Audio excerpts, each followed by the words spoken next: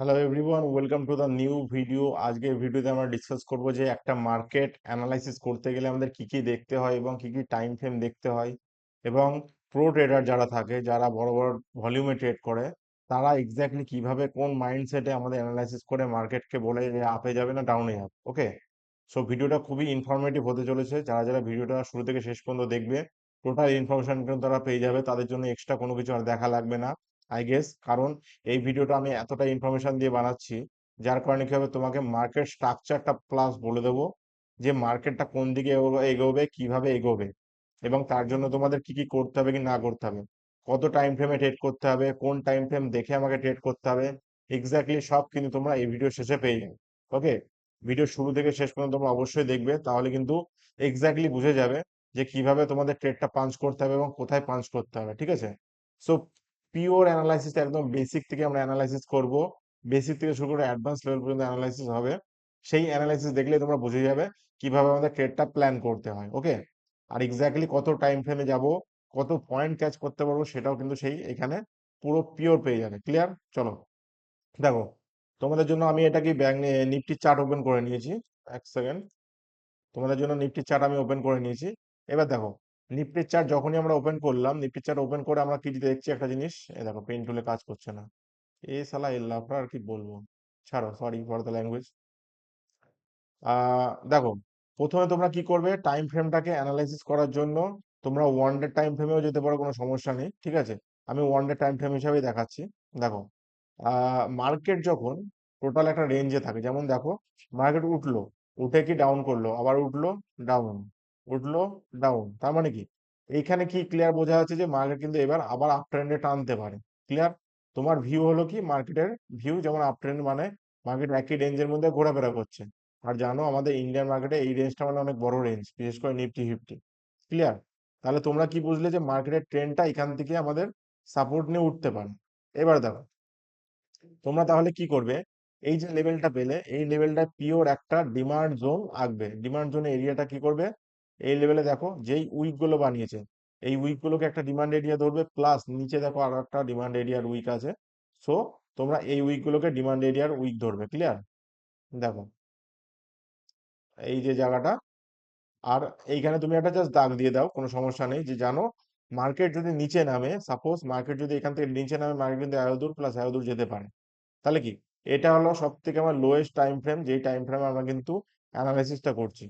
তাহলে কি বোঝা গেল, ওয়ান ডে টাইম ফ্রেমে গেলাম, ক্লিয়ার সাপ্লাই আর ডিমান্ড জোনে আমরা অ্যানালাইসিস করে ট্রেড প্ল্যান করবো, পিওর প্রাইস অ্যাকশন ফলো করে। ওকে, এক্সট্রা মাথা ঘামানো কিচ্ছু লাগবে না। দেখো পিওর যখন প্রাইস অ্যাকশন তুমি ফলো করবে, ডেফিনেটলি একটা ভালো ট্রেড কিন্তু তোমরা পাঞ্চ করতে পারবে। ক্লিয়ার? এবার দেখো,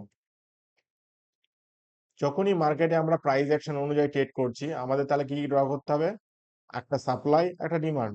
তাহলে দেখো ডিমান্ড কোথায় আছে, ডিমান্ডের এই এরিয়া একটা ডিমান্ড আছে আমি মনে করলাম।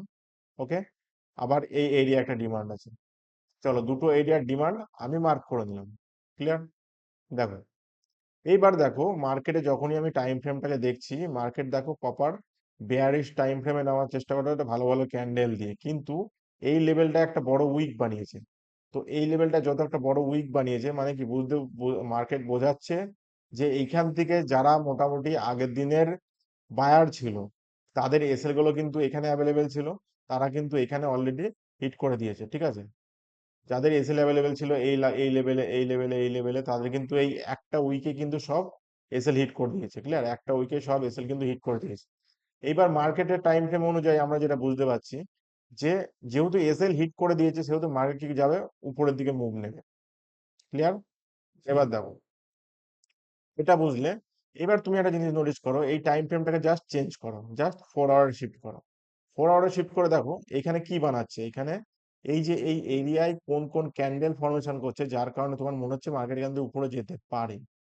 আমরা কিন্তু এখনো শিওর না যে মার্কেট কোথায় যাবে, বাট আমরা অ্যানালাইসিস করছি যে কিভাবে মার্কেট উপরে যাবে এবং এর পিছনে লজিকটাকে। ক্লিয়ার? এবার দেখো, তাহলে আমি যখন 4 আওয়ার টাইম ফ্রেমে অ্যানালাইসিস করে যেটা দেখছি, যেটা বুঝছি, সেটা হলো যে মার্কেটের ফরমেশন তো বানিয়েছে, বেয়ারিশ ফরমেশন বানিয়েছে, বেয়ারিশ ক্যান্ডেল বানিয়েছে, সব ঠিক আছে। এটা একটা ভালো বেয়ারিশ ক্যান্ডেল বানিয়েছে, সব ঠিক আছে। কিন্তু কোথাও না কোথাও বায়াররা এখানে ডমিনেট করছে, মানে বায়াররাও এখানে অ্যাক্টিভ আছে, যার কারণে মার্কেট কিন্তু একবারে সেটা নামাতে দিচ্ছে না। ক্লিয়ার? এবার দেখো, এবার জাস্ট একটু এটা ক্লিয়ার করো। এবার যখনই আমরা অ্যানালাইসিস করলাম, আমরা কি বুঝলাম যে বায়াররা কিন্তু এখানে অ্যাক্টিভ আছে। তাহলে দেখো এই যে লেভেলটা, এই লেভেলটাও কিন্তু আমরা একটা সাপোর্ট এরিয়া ধরতে পারি। যেহেতু বড় টাইম ফ্রেমে আমরা অ্যানালাইসিস করতে সমস্যা নেই, জাস্ট বডিটাকে তোমরা মার্ক করো। বডিটার রেঞ্জ দেখো, বডিটার রেঞ্জ যখনই তুমি মার্ক করলে দেখলে যে এই বডির নিচে কিন্তু কোনো ক্যান্ডেলের ক্লোজিং দিইনি। তার মানে কি বোঝা যাচ্ছে যে যতক্ষণ না এর নিচে কোনো ক্যান্ডেলের ক্লোজিং দিচ্ছে, এর নিচে কোনো ক্যান্ডেলের ক্লোজিং দিচ্ছে, ততক্ষণ কিন্তু আমরা সেটাকে ডাউন ট্রেন্ড কনসিডার করব না, আপ ট্রেন্ড কনসিডার করে চলবো। যেহেতু একটা সাপোর্ট বারবার উইক বানাচ্ছে, বারবার উইক বানিয়ে একটা সাপোর্ট নেওয়ার চেষ্টা করছে। ওকে, এইবার দেখো ইম্পর্টেন্ট থিং যেটা আমি মনে করি, যে এই যে ক্যান্ডেলটা ক্রিয়েট হয়েছে, ওয়ান ডে ক্যান্ডেলটা, এই ক্যান্ডেলটা প্রপার কি একটা হ্যামার ক্যান্ডেল ক্রিয়েট হয়েছে। আর তোমরা জানো যদি সাপোর্ট লেভেলে বা ডিমান্ড লেভেলে যদি কোনো হ্যামার ক্যান্ডেল ক্রিয়েট হয়, মার্কেট চান্সেস থাকে উপরের দিকে ওঠার। ওকে, তাহলে 4 আওয়ার টাইম ফ্রেমে তুমি বুঝলে যেখানে হ্যামার ক্রিয়েট করেছে, ডাজেন্ট ম্যাটার এটা রেড অর গ্রিন। দেখো আমি বলছি, রেড অর গ্রিন কোনো ম্যাটার করে না ক্যান্ডেলে। আগে যারা যারা বুঝেছো তারা কিন্তু ভুল বুঝেছো। যারা অ্যানালাইসিস করতে বা দেখতে, সেটা কিন্তু ক্যান্ডেলের কালার কোনো কিছু ডিপেন্ড করে না যে মার্কেট কোন দিকে যাবে।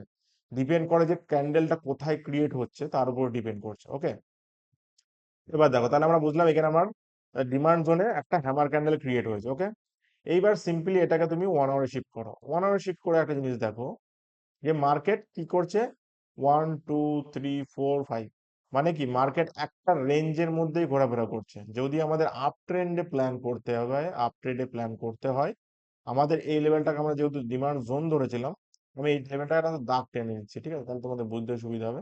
এই লেভেলটাকে একটা দাগ টেনে নিলাম। এবার দেখো যখনই মার্কেট যদি তোমাদের মনে হচ্ছে আপ ট্রেন্ডে যাবে এখান থেকে, প্লাস নিচের থেকে তো একটা ট্রেন্ড লাইনের সাপোর্টও আমি দেখছি পাচ্ছে। দেখো এখান থেকে একটা ট্রেন লাইনের সাপোর্টও পাচ্ছে, তাহলে তোমরা ট্রেন লাইনটাকেও টেনে নিলে। ওকে, এইবার দেখো যখনই মার্কেটে আমরা কি জানি যে মার্কেটে যারা ব্রেকআপ স্ট্রাকচার দেখোনি তারা ভিডিওটা দেখে নিও, আমাদের চ্যানেলে আপলোডেড আছে। ওকে, তাহলে তোমরা বুঝে যাবে যে ব্রেকআপ স্ট্রাকচার কি। দেখো মার্কেট কি করছে, মার্কেট এই লেভেল থেকে ব্রেকআপ স্ট্রাকচার করে, অর্থাৎ বিওএস, ব্রেকআপ স্ট্রাকচার করে মার্কেট ওঠার চেষ্টা করছে, মার্কেট আপ ট্রেন্ডে যাবে বলে। ওকে, তাহলে প্রাইস অ্যাকশন অনুযায়ী কনফার্মেশন পাচ্ছি যে একটা কনফার্মেশন ছিল যে এখানে ব্রেকআপ স্ট্রাকচার করেছে, যেটা মার্কেটকে ইন্ডিকেট করছে উপরে যাবে। প্লাস আমি এখানে একটা 4 ঘন্টা টাইম ফ্রেমে একটা হ্যামারও পেয়েছিলাম, যে মার্কেটকে ইন্ডিকেট করছে উপরে যাবে। প্লাস এখানে একটা ট্রেন্ড লাইনও পাচ্ছি যেটা মার্কেটকে ইন্ডিকেট করছে সে উপরে যাবে। তাহলে তোমার কনফার্মেশন কিন্তু এখনো 3টে হয়ে গেল। এবার দেখো যদি আমাদের ট্রেড পাঞ্চ করতে হয়, আমরা কোন দিকে পাঞ্চ করবো, বাইং এর দিকে পাঞ্চ করবো, ক্লিয়ার ধারণা হয়ে গেল। এইবার যদি ট্রেডটা পাঞ্চ করতে হয়, সেটা কোথায় পাঞ্চ করবো, সব থেকে ইম্পর্টেন্ট থিং, যখনই মার্কেট এই রেঞ্জটা কভার আপ করবে, যখনই মার্কেটের এই রেঞ্জটা কভার আপ করবে, তখনই কিন্তু তোমরা একটা ট্রেড প্ল্যান করতে পারো, কোনো সমস্যা নেই। এই রেঞ্জটা যখনই কভার আপ করবে, তখনই একটা ট্রেড প্ল্যান করতে পারো আপ সাইডের দিকে। ওকে, আর যদি ডাউন সাইডে প্ল্যান করতে হয়, ডাউন সাইডে প্ল্যান করতে গেলে আমাদের ক্লিয়ার কাট চিন্তা ভাবনা, ডাউন সাইডে প্ল্যান করতে গেলে হয় আমাদের এই লেভেলটাই প্ল্যান করো। ধরো সাপোজ আমরা শর্ট প্ল্যান করছি, এই লেভেলটার উপরে আমাদের এসএল থাকলো, টার্গেট মোটামুটি এত দূর প্লাস এত দূর থাকলো, এটা আমাদের ডাউন সাইডে অ্যানালাইসিস। ওকে, ডাউন সাইডে যাবে না, তবু আমরা ডাউন সাইডে অ্যানালাইসিস করে রাখলাম। যদি এই লেভেলটা ব্রেক করে, আমরা এই লেভেলে ছোট্ট একটা এসএল নিয়ে এখানে ডাউন সাইডে প্ল্যান করতে পারবো, যেহেতু ট্রেন্ড লাইন ব্রেক করবে। আপ সাইডে প্ল্যানিংটা কি হবে, আপ সাইডে প্ল্যানিংটা হবে এরকম, ঠিক এই লেভেলটার উপরে আমরা আপ সাইডে প্ল্যানিং করবো। ওকে, এই লেভেলটার উপরে, যেহেতু মার্কেট এখানে উইক বানিয়েছে বড়, এই লেভেলটার উপরে আমরা আপ সাইডে প্ল্যানিং করবো। এসএল থাকবে এরকম এর নিচে। ক্লিয়ার, যখনই মার্কেট এরকম কোনো ফরমেশন দেবে, তোমরা কিন্তু ইজিলি ট্রেডটা পাঞ্চ করতে পারবে। আর তোমাদের এরিয়াটাও বলে দিলাম, ফার্স্ট টার্গেট থাকবে তোমাদের এই এরিয়া, সেকেন্ড টার্গেট থাকবে তোমাদের এই এরিয়া। ওকে, দেখো আমি ফার্স্ট টার্গেট সেকেন্ড টার্গেট হিসেবে আমি মার্ক করে দিচ্ছি, তাহলে তোমাদের বুঝতে সুবিধা হবে। পরের দিনের মার্কেট যখন সোমবারে মার্কেট আমরা খুলবে, তখন আমাদের সোমবারের মার্কেটটা কোন দিকে দেখবো, কিভাবে দেখবো, সবকিছু অ্যানালাইসিস কমপ্লিট হয়ে গেল। বুঝা গেল।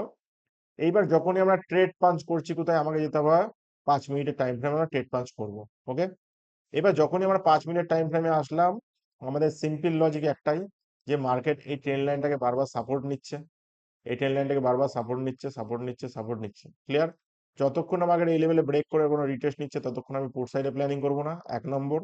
2 নম্বর, মার্কেটে আপ সাইডে প্ল্যানিং কখনো করব, যখন আমরা সিম্পল এই লেভেলটার উপরে যাবে, মার্কেট এই লেভেলটার উপরে যখনই যাবে, তখনই কিন্তু আমরা আপ সাইডে প্ল্যান করবো। আপ সাইডে প্ল্যান করতে গেলে কি হবে, যখন মার্কেট এই লেভেলটা থেকে উপরে যাবে, উপরে উঠবে, উপরে উঠবে, রিটেস্ট নিল কোথাও, দেন এই লেভেলটা আমাদের কোনো ট্রেড প্রবলেম হবে, দেন মার্কেট কিন্তু এখান থেকে ফার্স্ট টার্গেট এটা, সেকেন্ড টার্গেট আমাদের আরো উপরে আছে, যেটা হচ্ছে সেকেন্ড টার্গেট হচ্ছে আমাদের হবে এটা। ওকে, সেকেন্ড টার্গেট হবে হচ্ছে আমাদের এই লেভেল পর্যন্ত। ক্লিয়ার? তাহলে তুমি একটা জিনিস দেখো, যে তোমার যদি এসএল যায়, তোমার এসএল অ্যাপ্রক্স 53 পয়েন্ট এদিকে, আর এদিকে তোমার যদি এসএল যায় 60 পয়েন্ট, আমি মনে করলাম তুমি এসএলটাকে আরো ছোট করতে পারো, কোনো সমস্যা নেই, যখন এন্ট্রি হবে তখন ইজিলি ছোট হয়ে যাবে এসএল। তাহলে দেখো এসএল ছোট নিয়ে মোটামুটি এদিকে 300 পয়েন্ট ক্যাচ করতে পারবে, প্লাস এইদিকে দেখো এসএল 50 এসএল নিয়ে প্রায় 450 পয়েন্টের কাছাকাছি ক্যাচ করতে পারবে। এবার দোষটা কোথায়, প্রবলেমটা কোথায় ক্রিয়েট হয় জানো তো? প্রবলেমটা একটা জায়গায় ক্রিয়েট হয়, যে মার্কেটে সবাই ঢোকে, ঠিক আছে, মার্কেটে সবাই ঢোকে কিন্তু মার্কেটে ওয়েট করতে শেখে না। তার মানে কি, যদি তোমরা ওয়েট করা একবার শিখে যাও না, যেমন দেখো মার্কেটে আমার জোনে না আসলে আমি ট্রেড প্ল্যান করব না, এই যে ওয়েটটা করা শিখবে, এই ওয়েটটাই তোমাদের পেশেন্স লেভেলটা ক্রিয়েট করবে, প্লাস মার্কেটে কিন্তু একটা ভালো ভলিউমের ট্রেড তোমাকে দিয়ে দেবে। সো শুধু তোমাকে ওয়েট করতে হবে, যখনই মার্কেট এই লেভেলের উপরে যাবে তখন আমরা আপসাইডে প্ল্যান করছি, আর যখনই মার্কেট আমাদের এই লেভেলের নিচে আসবে, এই লেভেলের নিচে ট্রেন লাইন ব্রেক করে সাপোর্ট ব্রেক করে রিটেস্ট রিটেস্ট নেবে, তখন আমরা ডাউন সাইডে প্ল্যান করছি। এক্স্যাক্টলি ক্লিয়ার কাট চিন্তা ভাবনা আমার এটা আছে। এবার তোমাকে কি করতে হবে, মাঝখানের যে টাইমিংটা, এই যে টাইমিংটা, এই টাইমিংটা একটু তোমাদের ওয়েট করতে হবে, ঠিক আছে? মাঝখানে এই টাইমিংটা, এই যে টাইমিংটা তোমাদের মোটামুটি ওয়েট করতে হবে, আর এই টাইমিংটা আমি বলবো ব্যাড টাইমিং, মানে ব্যাড জোন। এই জোনে কোনো ট্রেড পাঞ্চ হবে না, যেহেতু আমি এখানে ব্ল্যাক কালার দিয়ে দিলাম। ওকে, তাহলে তোমরা বুঝলে যে অ্যানালাইসিস কিভাবে করতে হয় এবং কোন টাইম ফ্রেমে দেখে আমাকে অ্যানালাইসিস করতে হয়, কিভাবে কাজ করতে হয়।